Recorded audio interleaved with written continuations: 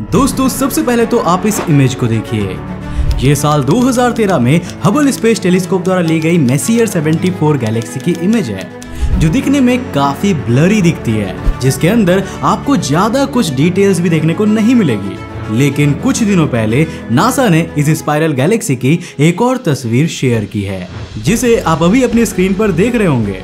आपको अंतर साफ साफ नजर आ रहा होगा कि यह तस्वीर काफी ज्यादा शार्प एंड डिटेल्ड है। दोस्तों इस दूसरी तस्वीर को जेम्स वेब स्पेस टेलीस्कोप के नियर इंफ्रारेड कैमरा द्वारा लिया गया है। और केवल इतना ही नहीं, जब से जेम्स वेब टेलीस्कोप को लॉन्च किया गया है तभी से नासा हर महीने ऐसी कई तस्वीरों को पब्लिश करती है, जिसमें हम जेम्स वेब द्वारा डीप यूनिवर्स की ली गई कमाल की इंफ्रारेड इमेजेस को देखते हैं। और अब तो नासा ने इस ताकतवर टेलीस्कोप का मुंह हमारे अपने ही सोलर सिस्टम के ग्रहों पर रिसर्च करने के लिए मोड़ दिया है, जिससे रिसेंटली हमें इस तरह की खूबसूरत और डिटेल्ड इमेजेस मिली है, जिनके बारे में पहले शायद कभी वैज्ञानिकों ने सोचा भी नहीं होगा। क्योंकि यार अब जेम्स वेब टेलीस्कोप हमें अपने ही सोलर सिस्टम में ऐसी छोटी छोटी डिटेल्स दिखा रहा है जो इतने सालों से इंसानों की नजरों से छुपी हुई थी। अब चाहे उसमें जुपिटर के चारों ओर मौजूद ये पतले रिंग्स क्यों ना हो, या फिर मार्स के एटमॉस्फेयर का ये यूनिक कॉम्पोजिशन।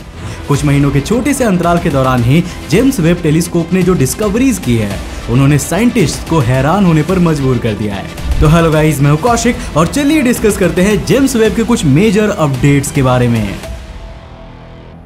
दोस्तों इस समय आप स्क्रीन पर जिस तस्वीर को देख रहे हैं, ये जेम्स वेब टेलीस्कोप के नियर इंफ्रारेड कैमरा यानी कि नीर कैम से कुछ समय पहले ही खींची गई थी। ये टेरेंटुला नेबुला की इंफ्रारेड इमेज है, जो लार्ज मैजेलेनिक क्लाउड गैलेक्सी का हिस्सा है। अब इस इमेज में आप साफ साफ हाइड्रोजन और हीलियम के लार्ज क्लाउड्स देख सकते हैं, जिनके आसपास बहुत से यंग स्टार्स फॉर्म हो रहे हैं। अब वैसे तो इससे पहले भी हबल स्पेस टेलीस्कोप द्वारा टेरेंटुला नेबुला की तस्वीर लेने की कोशिश की गई थी, जिसमें हमें यह तस्वीर मिली थी। अब अगर आपको यहाँ ज्यादा कुछ अंतर नहीं लग रहा है तो दोबारा से जेम्स वेब टेलीस्कोप द्वारा ली गई टेरेंटुला नेबुला की इमेज को देखिए। क्यों है ना धरती आसमान का अंतर? क्योंकि इसी अंतर को देखने के लिए ही नासा ने जेम्स वेब टेलीस्कोप पर $10 बिलियन खर्च किए हैं। अब क्योंकि जेम्स वेब टेलीस्कोप बड़े डेंस गैस क्लाउड्स को पार करके भी उनके पीछे मौजूद स्टार्स और ऑब्जेक्ट्स को देख सकता है, और टेरेंटुला नेबुला की इस तस्वीर में आप क्लियरली देख सकते हैं कि कैसे जो भी स्टार्स और ऑब्जेक्ट हम पहले हबल स्पेस टेलीस्कोप द्वारा ली गई इमेज में नहीं देख सकते थे, वो इस इमेज में कितने ज्यादा क्लियर नजर आ रहे हैं। इतना ही नहीं, बल्कि इस इमेज में आप R136A1 स्टार को भी देख सकते हैं, जो कि अभी तक का खोजा गया सबसे मैसिव और मोस्ट ल्यूमिनस स्टार है। अब वैसे तो ये इस इमेज में दूसरे स्टार से काफी ज्यादा छोटा दिख रहा है, पर इसका मास सूरज से 200 गुना तक ज्यादा है। नाउ वेल, मैजेलेनिक क्लाउड गैलेक्सी का ये पर्टिकुलर रीजन साइंटिस्ट के लिए काफी खास है, क्योंकि यहाँ पर की गई रिसर्चेस हमें ये बताती है कि इस रीजन में स्टार्स फॉर्मेशन का पैटर्न बिल्कुल वैसा ही है जैसे आज से 12 अरब साल पहले के यूनिवर्स में स्टार्स फॉर्म होते थे। यानी यहाँ पर स्टार्स के फॉर्मेशन पर स्टडी करने का मतलब होगा कि हम अंतरिक्ष में अरबों साल पीछे जाकर स्टार्स के फॉर्मेशन और यूनिवर्स के एवोल्यूशन को देख रहे हैं, जो कि सुनने में काफी इंटरेस्टिंग लगता है ना? अब दोस्तों जरा जेम्स वेब स्पेस टेलीस्कोप के क्लोज चलते हैं और एक बार को ये सोच कर देखते हैं कि आखिर जेम्स वेब ये सब कर कैसे रहा है। मतलब वो कौन सी चीज है जो इसको किसी पर्टिकुलर सेलेस्टियल ऑब्जेक्ट को इतने अच्छे से कैप्चर करने में मदद कर रही है। वेल, यहाँ मैं आपको बता दूं कि जेम्स वेब स्पेस टेलीस्कोप के अंदर एक आर्टिफिशियल इंटेलिजेंस को डाला गया है, जिसका नाम है मॉर्फियस। अब दोस्तों इस मॉर्फियस को सही से रन करवाने के लिए एनवीडिया जैसी बड़ी कंपनी ने अपने GPU पावर्स दिए हैं। अब यही AI पास्ट के सारे डेटा को कलेक्ट करके उनमें से इंफॉर्मेशन निकालता है, जिसे हबल और दूसरे स्पेस टेलीस्कोप से लिया गया था, एंड उसका यूज करके ये जेम्स वेब स्पेस टेलीस्कोप को सही एंगल पे और सही टाइम पे उस सेलेस्टियल ऑब्जेक्ट की ओर फोकस करने में हेल्प करता है। अब इससे आप ये समझ गए होंगे कि हमारी टेक्नोलॉजी कितनी तेजी से एडवांस हो रही है। दोस्तों आर्टिफिशियल इंटेलिजेंस और मशीन लर्निंग आज हमारे हर एक डिवाइस में है, चाहे मेरा फोन हो या कैमरा या लैपटॉप या फिर टीवी, सब जगह ये मौजूद है। नाउ वेल, ऑब्वियसली ये हमारे काम को काफी इजी करता है, बट इन AI के पास एक चीज की कमी है, और वो है कॉन्शियसनेस की, यानी कि चेतना की। अब दोस्तों आपने आयरन मैन मूवी देखी होगी, तो उसमें आपको पता होगा जार्विस एक AI है जो कि टोनी स्टार्क के ब्रेन के साथ कनेक्टेड होता है। अब क्या फ्यूचर में ऐसा ही कुछ पॉसिबल है? वेल, अगर मैं आपको इसका जवाब हाँ में दूं, तो क्या आप मानोगे? जी हाँ दोस्तों, वैज्ञानिक ऐसा कुछ सोच रहे हैं और उसे नाम दिया गया है ट्रांसह्यूमैनिज्म का। अब ये ट्रांसह्यूमैनिज्म काम कैसे करेगा और फ्यूचर में इंसानों का भविष्य कैसा होने वाला है, इसे जानने के लिए ऑथर मिचियो काको द्वारा लिखी गई book the future of humanity मैं आपको रिकमेंड करूंगा। दोस्तों ये बहुत ही अच्छी बुक है। अब अगर आपको बुक्स में टाइम और पैसा इन्वेस्ट नहीं करना है तो सिंपली इसकी बुक समरी को आप कुकू FM ऐप पर सुन सकते हो, जैसे कि मैंने सुनी थी।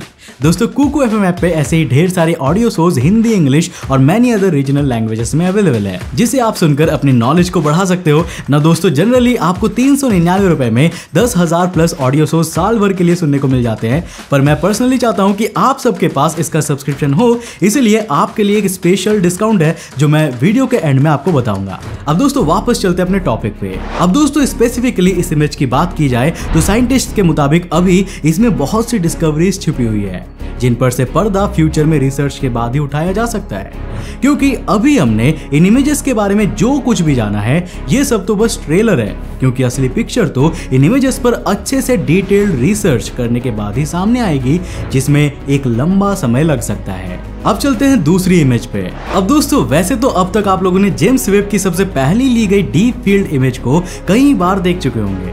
वैसे अगर जेम्स वेब टेलीस्कोप की सबसे फेमस और वायरल इमेज का अवार्ड किसी को मिलना चाहिए तो वो यही इमेज है, क्योंकि यार कुछ समय के लिए तो इस इमेज ने पूरी दुनिया में बवाल मचा दिया था, जिसके बाद कई न्यूज वेबसाइट पर ऐसे आर्टिकल सर्कुलेट होने लगे थे कि इस इमेज ने बिग बैंग थ्योरी को ही गलत साबित कर दिया है, जो कि पूरी तरह से गलत था और आपको मामू बनाया जा रहा था, जिस पर एक पूरी सेपरेट वीडियो मैं पहले ही बना चुका हूं, जिसे आप ऊपर आई के बटन पर क्लिक करके देख सकते हो। पर दोस्तों अब इस इमेज पर की गई कुछ रिसेंट स्टडीज में वैज्ञानिकों को इसमें इकैरस नाम के स्टार के होने के बारे में पता चला है, जिसकी तस्वीर अभी आप अपनी स्क्रीन पर देख पा रहे होंगे। दोस्तों इमेज में दिख रही ये स्टार 11.2 बिलियन ईयर्स पुरानी गैलेक्सी का हिस्सा है, और जो इमेज अभी आप देख रहे हैं वो करीब 10,000 गुना मैग्नीफाइड की गई है। वैज्ञानिकों के मुताबिक ये एक ब्लू जायंट स्टार है जिसकी उम्र कुछ मिलियन साल ही होगी, और आज के समय तो इसकी जगह वहां कोई न्यूट्रॉन स्टार या फिर कोई ब्लैक होल ही मौजूद होगा। पर यहाँ पर असली इंटरेस्टिंग बात तो ये है कि जिस स्टार को अभी आप देख रहे हैं ये सही मायने में एक बहुत बड़े गैलेक्सी क्लस्टर के पीछे मौजूद है, और इस गैलेक्सी क्लस्टर के चलते यहाँ हो रहे ग्रेविटेशनल लेंसिंग इफेक्ट से ये स्टार की लाइट बेंड होती हुई JWST टेलीस्कोप तक पहुंच पाई है। मतलब कि ये छोटा सा स्टार बहुत ज्यादा दूर मौजूद है, लेकिन आइंस्टाइन की ग्रेविटेशनल लेंसिंग इफेक्ट के कारण ये हमें इतना ज्यादा जूम्ड दिख रहा है। अब दोस्तों जरा इस खूबसूरत रिंग के आकार की इमेज को देखिए, जिसे जेम्स वेब टेलीस्कोप के मिड इंफ्रारेड कैमरा द्वारा लिया गया था।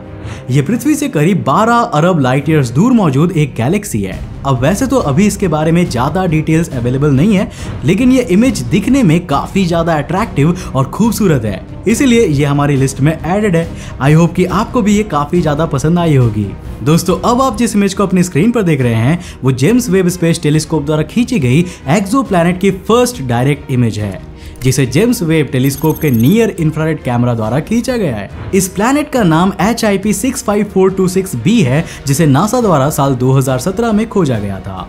यह एक्सोप्लैनेट अर्थ से करीब 385 लाइट ईयर्स दूर मौजूद है। अब वैसे तो वैज्ञानिकों के HIP 65426b की तस्वीर लेने के पीछे कोई खासा रीजन नहीं था, बस वो जेम्स वेब स्पेस टेलीस्कोप को टेस्ट करके देखना चाहते थे, और यह टेस्ट काफी सक्सेसफुल रहा, क्योंकि जेम्स वेब स्पेस टेलीस्कोप द्वारा अलग अलग वेवलेंथ पर HIP 65426b की कई इमेजेस ली गई, जिनसे साइंटिस्ट इसके एटमॉस्फेयर टेम्परेचर और केमिकल कॉम्पोजिशन के बारे में भी काफी कुछ डिटेल्स जान सके, जो कि हबल स्पेस टेलीस्कोप या किसी दूसरे टेलीस्कोप से जान पाना पॉसिबल नहीं था। अब जेम्स वेब टेलीस्कोप की इसी काबिलियत के कारण वैज्ञानिकों ने इसे सोलर सिस्टम के भी कई प्लैनेट्स की ओर मोड़ा है, जिसमें हमारे जुपिटर प्लैनेट की कई इंफ्रारेड इमेजेस कुछ समय पहले नासा ने पब्लिश भी की थी।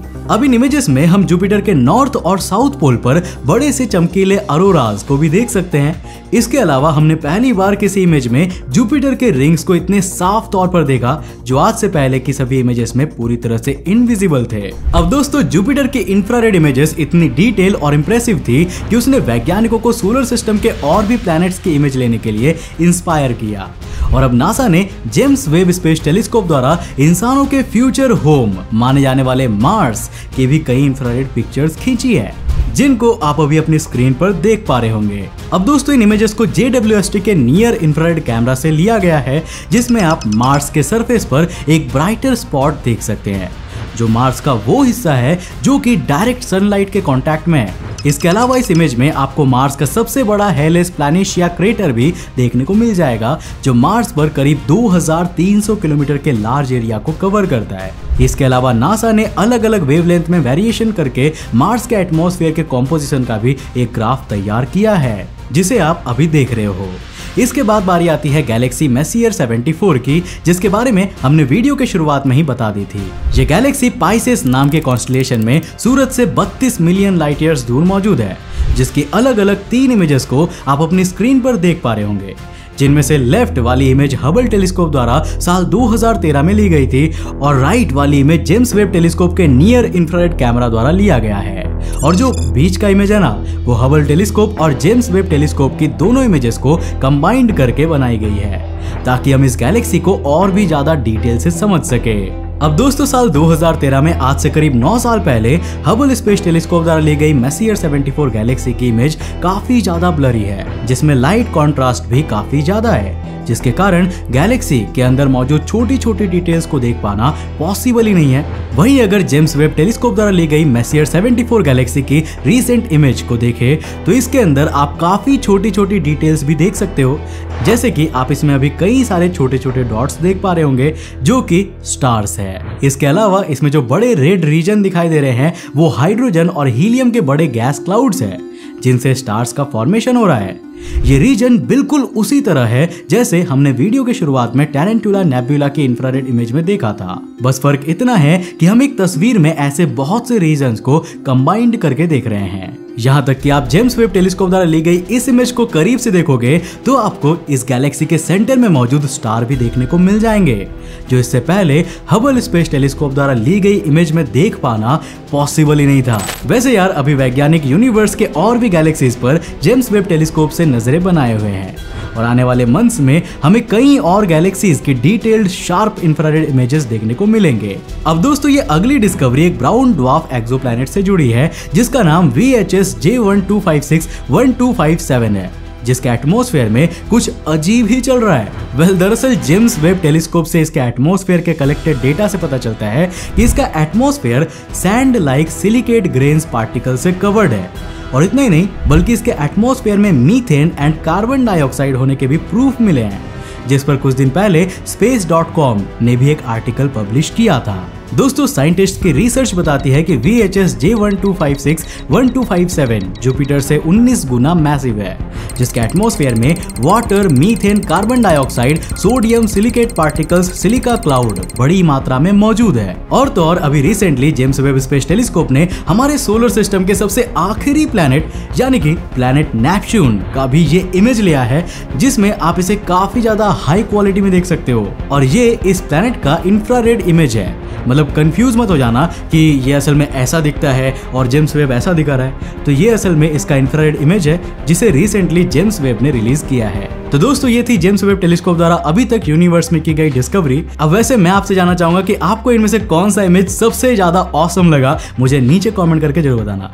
दोस्तों कुकू एफएम ने हमारे व्यूअर्स के लिए स्पेशल डिस्काउंट दिया है 50% का, जिसमें आपको डिस्क्रिप्शन लिंक से कुकू एफएम को डाउनलोड करके मेरा कूपन कोड ATV यूज करना है और आपका 1 साल का सब्सक्रिप्शन 399 नहीं बल्कि केवल 199 रुपए का हो जाएगा। सो मिस मत करना, क्योंकि ऑफर वैलिड है केवल शुरुआती 250 सब्सक्राइबर्स के लिए। तो दोस्तों आज के लिए बस इतना ही। अगर वीडियो पसंद आया तो लाइक करने के साथ साथ अपने फ्रेंड्स के साथ जरूर शेयर करना। अगर आप नए चैनल पे और इंटरेस्टिंग वीडियोस को देखना चाहते हो तो इस चैनल को सब्सक्राइब करने के साथ साथ नोटिफिकेशन बेल ऑन कर देना, ताकि आप देख सको हमारे वीडियो सबसे पहले। तब तक के लिए बाय, जय हिंद।